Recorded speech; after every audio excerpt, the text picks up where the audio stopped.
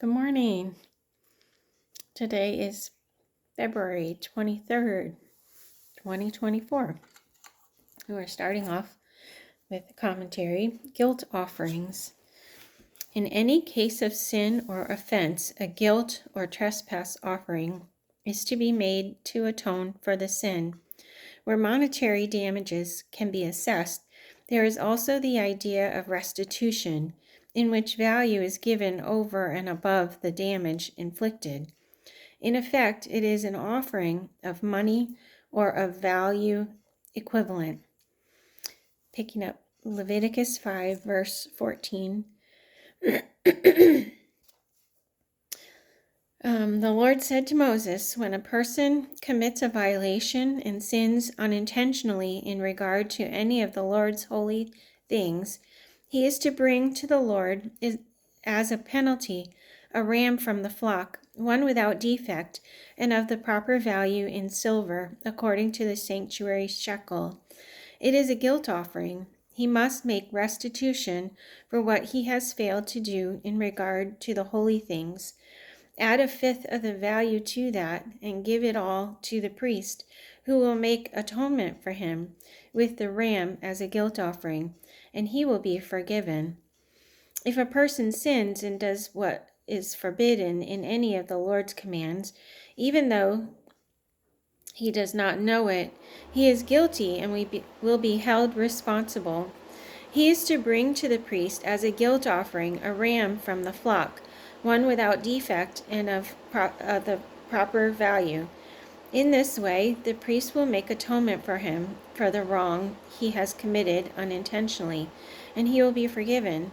It is a guilt offering. He has been guilty of wrongdoing against the Lord. Hold on a second.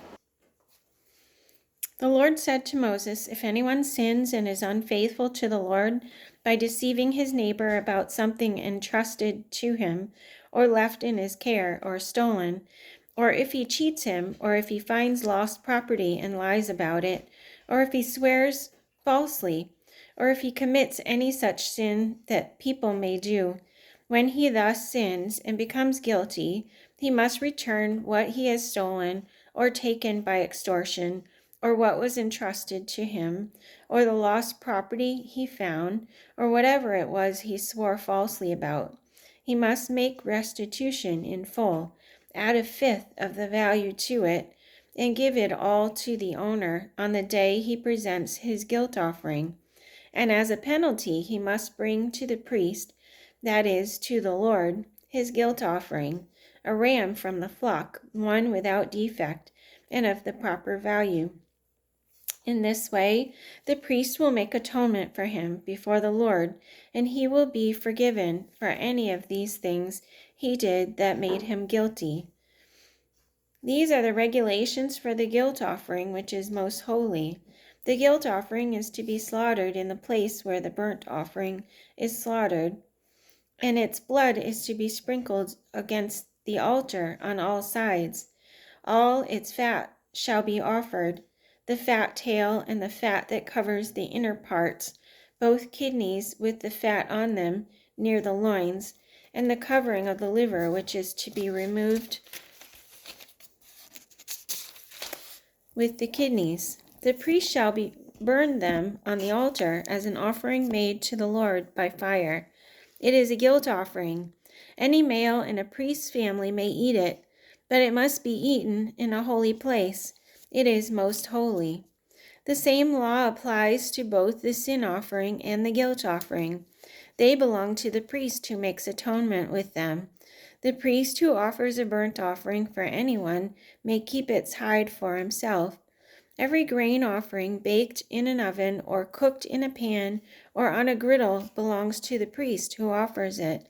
And every grain offering, whether mixed with oil or dry, belongs equally to all the sons of Aaron. These then are the regulations for the burnt offering, the grain offering, the sin offering, the guilt offering, the ordination offering, and the fellowship offering, which the Lord gave Moses on Mount Sinai on the day he commanded the Israelites to bring their offerings to the Lord in the desert of Sinai. This is number 6, special offering. offerings. Before that was the guilt offerings. Okay, one sentence commentary. In addition to the 5 main offerings, there are other special offerings. Offering on the Sabbath. On the Sabbath day, make an offering. This is Numbers 28, verse 9. Make an offering of 2 lambs a year without defect, together with its drink offering, and a grain offering of 2/10 of an ephah of fine flour mixed with oil. This is the burnt offering for every Sabbath, in addition to the regular burnt offering and its drink offering. On the first of every month, present to the Lord a burnt offering of 2 young bulls, 1 ram, and 7 male lambs, a year old, all without defect. With each bull there is to be a grain offering of 3/10 of an ephah of fine flour mixed with oil. With the ram, a grain offering of 2/10 of an ephah of fine flour mixed with oil. And with each lamb, a grain offering of 1/10 of an ephah of fine flour mixed with oil. This is for a burnt offering, a pleasing aroma, an offering made to the Lord by fire. With each bull there is to be a drink offering of half a hin of wine, with the ram, 1/3 of a hin, and with each lamb 1/4 of a hin. This is the monthly burnt offering to be made at each new moon during the year. Besides the regular burnt offering with its drink offering, 1 male goat is to be presented to the Lord as a sin offering. If a male is found slain, lying in a field in the land the Lord your God is giving you to possess, and it is not known who killed him, your elders and judges shall go out and measure the distance from the body to the neighboring towns. Then the elders of the town nearest the body shall take a heifer that has never been worked and has never worn a yoke, and lead her down to a valley that has not been plowed or planted, and where there is a flowing stream. There in the valley they are to break the heifer's neck.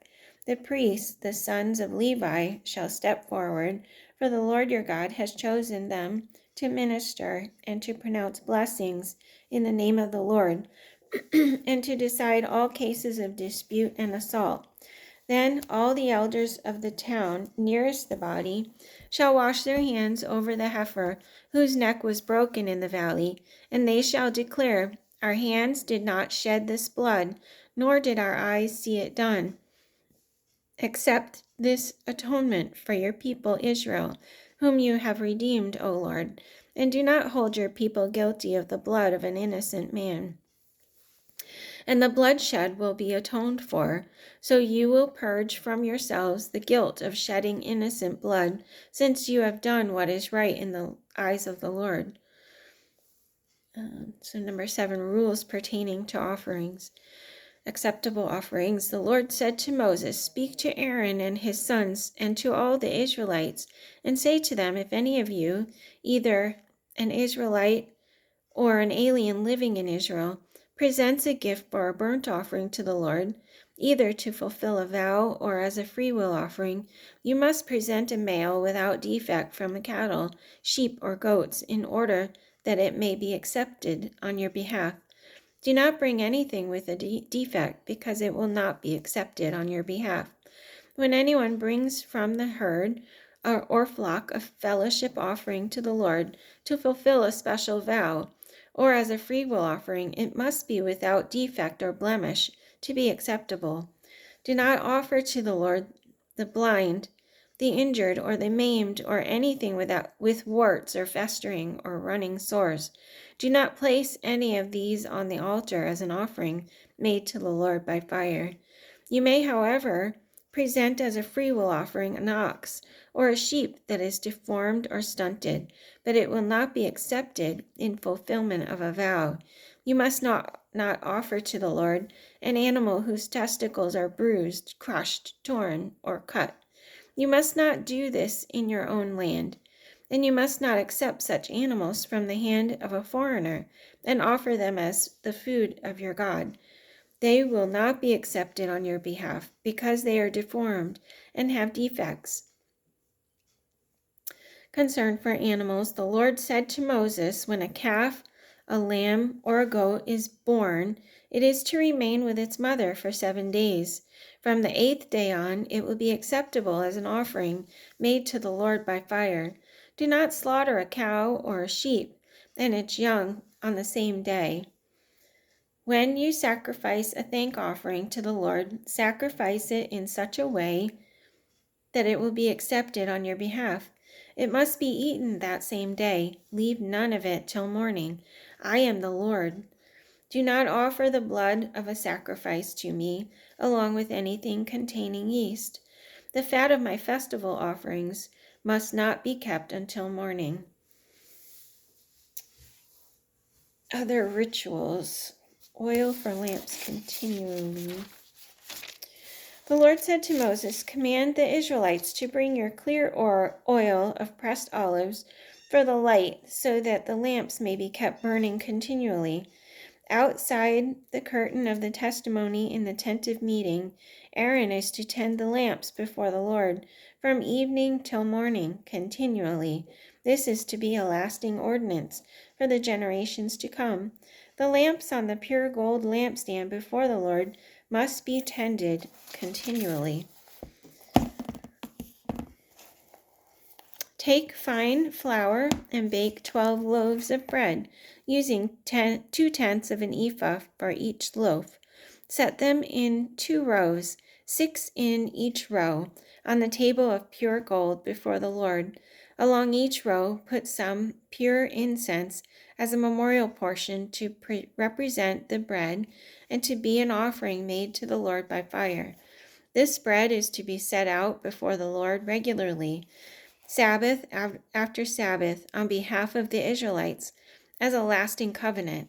It belongs to Aaron and his sons, who are to eat it in a holy place, because it is a most holy part of their regular share of the offerings made to the Lord by fire. And this is an Aaronic benediction. The Lord said, so that means it's from Aaron.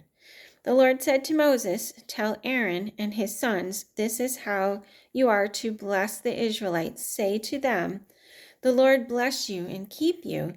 The Lord make his face shine upon you and be gracious to you.